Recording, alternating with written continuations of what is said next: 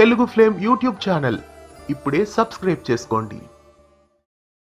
సుందరి serial Gemini టీవీలో గత వారం ప్రేక్షకులకి వీడ్కోలు పలికింది అని చెప్పడం కంటే సీరియల్ అర్ధాంతరంగా ఎత్తిపోయింది అని చెప్తే చాలా బాగుంటుంది.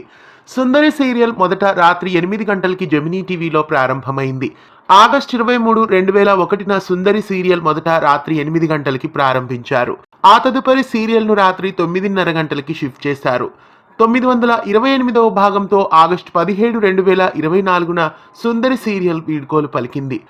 తమిళంలో సన్ టీవీలో టెలికాస్ట్ అవుతున్న సుందరి సీరియల్ కి రీమేక్ గా ఈ సీరియల్ ను లాంచ్ చేశారు. ఐఏఎస్ ఆఫీసర్ కావాలన్న కళ నెరవేర్చుకోకుండానే సుందరి చక్కగా గుడ్ బై చెప్పేసింది. తను ఐఏఎస్ కాకముందే సీరియల్ కూడా ఇంటికెళ్ళిపోయింది. 3 సంవత్సరాల పాటు సుందరి సీరియల్ జెమినీ టీవీలో టెలికాస్ట్ అయింది.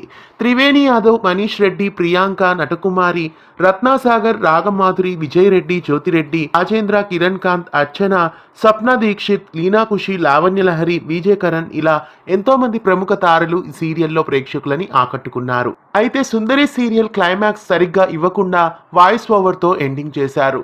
సీరియల్ క్లైమాక్స్ ఎపిసోడ్ లో లాస్ట్ క్లిప్పింగ్స్ కి లిప్ మూమెంట్ ఒకటి ఉంటే ఆడియో ఒకటి ఉంది. లాస్ట్ ఎపిసోడ్ ని అలా ఏదో మాటలతో చెప్పాలి అన్నట్లు చెప్పారు.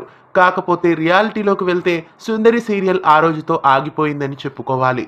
అసలు తలాతోకా లేకుండా సీరియల్ కి వీడ్కోలు పలికారు.